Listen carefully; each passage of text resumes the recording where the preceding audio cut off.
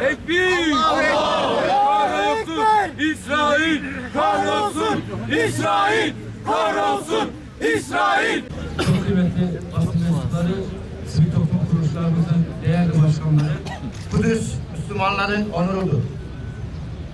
Amerika ve İsrail'in istilacı, işgalci ve sinsi oyunları ile Filistin'in parçalanma planına karşı hep birlikte sesimizi, sözümüzü yükseltmek ve dünya kamuoyuna harekete geçirmek için Malatya TÜ Sivil Toplum Kuruluşları olarak buradayız. Dün gece yapılan bir toplantı sonrasında dünyanın sömürgeci ve emperyalist gücü ABD'nin başkanı Donald Trump ve işgalci terörist İsrail'in Başbakanı Netanyahu 100 yılın barış planı adıyla 100 yılın utanç planını açıkladılar.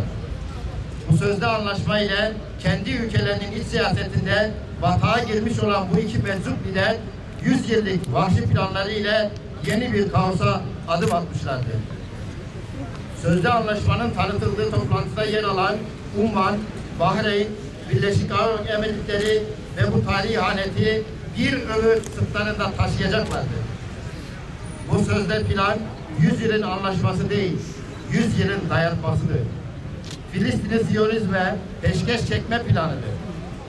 İşgali meşrulaştırma ve Filistin halkının iradesini yok sayma planıdır.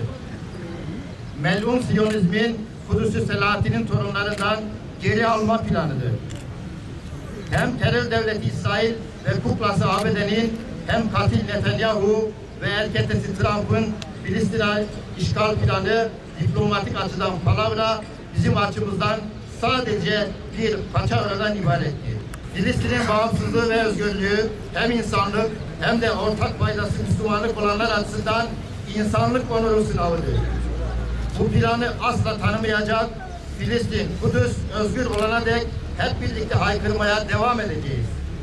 İnanç ve umudumuzla Filistin ve Kudüs özgür olana dek haykırmak, ister manevi, ister maddi her türlü baskıya, dayatmaya karşı en güçlü direnişi göstermek boynumuzun borcudur. Elbette Kudüs'ün sahibi de, varisi de belli olduğu gibi işgalcisi de bellidir. Filistin topraklarında egemenlik hakkı olan devlet de bellidir. Bizim için Filistin teslim olmamaktır. Filistin bağımsızlık ve özgürlük mücadelesi azmidir. Filistin emperyalist kurgulara direnme iradesidir. Filistin Kudüs'tür. Filistin topraklarında egemenlik hakkı olan devlet de bellidir. Kudüs Siyonist İsrail değil, Filistin'in başkentidir. Ne ABD'nin Filistin konusunda ses çıkarma hakkı ne de Trump'ın Kudüs'e dair söz söyleyecek aklı vardır.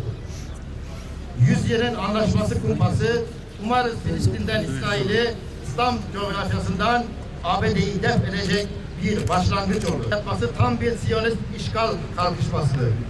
Siyonist güçler ve onların oyunlarına rağm olmuş köleler Orta Doğu ve Filistin üzerinden insanlığı, barışı ve dünyanın huzurunu hedef alan bir dünya savaşını başlatmak istiyorlar. Dolayısıyla insanlık için kapitalizme ve Siyonizme karşı direniş, medeniyet coğrafyamız ve inanç paydaşlarımız için bir iman, insanlık için onur mücadelesidir. Kudüs'e yönelik ABD ve işgalci, istilacı terörist İsrail tarafından izlenen politikalar ve adım adım işgale yönelik sergilenen maksatlı hareketler asla kabul edilemez.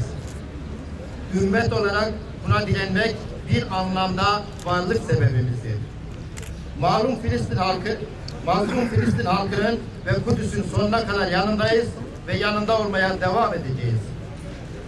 Filistin halkının reddettiği bir taslak 100 yılın anlaşması değil, olsa 100 yılın dayatması olur. Bütün dünyayı bu sözde anlaşmayı reddetmeye çağırıyoruz.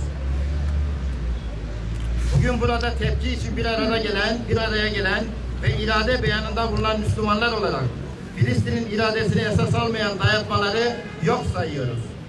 Dirilişe ve direnişe katkıyı onur sayıyor.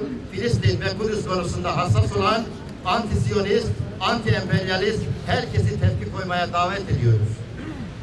Biz emperyalizme karşı adil bir düzen için Filistin'i savunuyoruz.